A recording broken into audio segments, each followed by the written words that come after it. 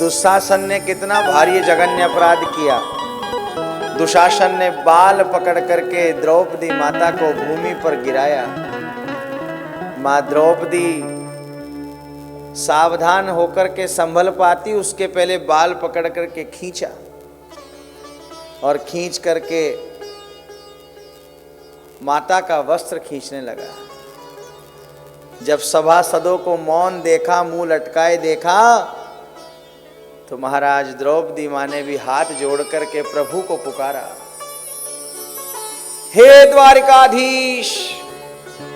भगवान तो अंतःकरण से प्रकट हो जाते मगन जी।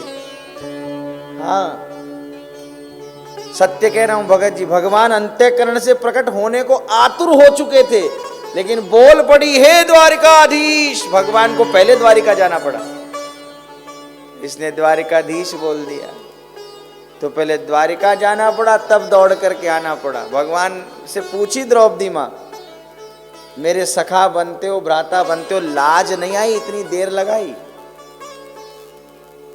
और नरसिंह जी ने तो भगवान को जब उलाना देना शुरू करा तो वो नानी बाई और नरसिंह जी वार्ता कर रहे हैं, उस वार्ता के पद में नानी बाई बोल रही, बोले जिसकी आप आस कर रहे हो कि वो आएगा आएगा आएगा, बोले वो पता नहीं कब आएगा।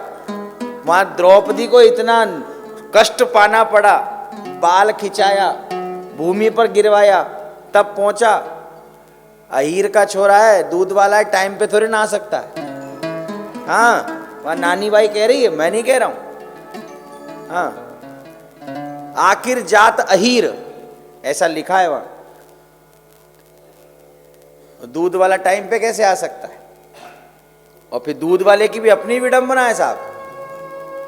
मुझे याद आई, भला है इस सभा में कोई दूध वाला ना हो तो बुरा मत मानना, याद आ गई। आ जाए तो कह देना चाहिए। वो हुआ यूं कि एक दिन सेठ जी के घर पे दूध वाला 7 की जगह 8 बजे पहुंचा। सेठ जी आगे सब लेट हो गए क्योंकि उनको बेड टी की आदत थी।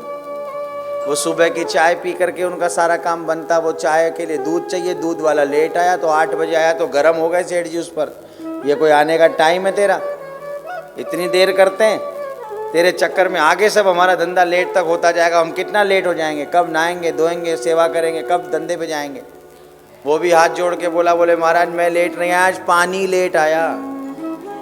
मैं तो खूब ही जल्दी आ जाऊं, लेकिन नल भी तो टाइम पे आए, वो नल टाइम पे नहीं आया तो मैं कैसे टाइम पे आऊं।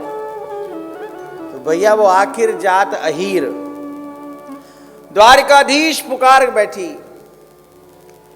और जब दुशासन ने वस्त्र खींचना प्रारंभ किया तो उस वस्त्र को, उस खिंचाई के चिंतन को छोड़ करके भगवान का चिंतन करती हुई भगवान को पुकारी, तुम मेरी रखो लाज हरी, तुम मेरी राखो लाज हरी, तुम मेरी राखो लाज हरी।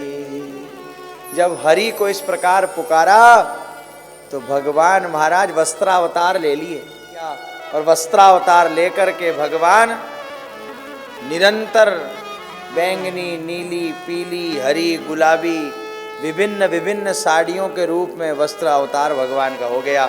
तभी तो कहा साड़ी बिच नारी है कि नारी बिच साड़ी है, सारी ही की नारी है कि नारी ही की सारी है।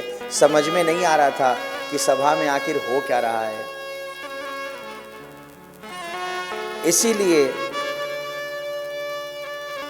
सूर किशोर कृपा ते सब बल, हारे को हरि नाम, सुनेरी में निर्बल के बलराम, सुनेरी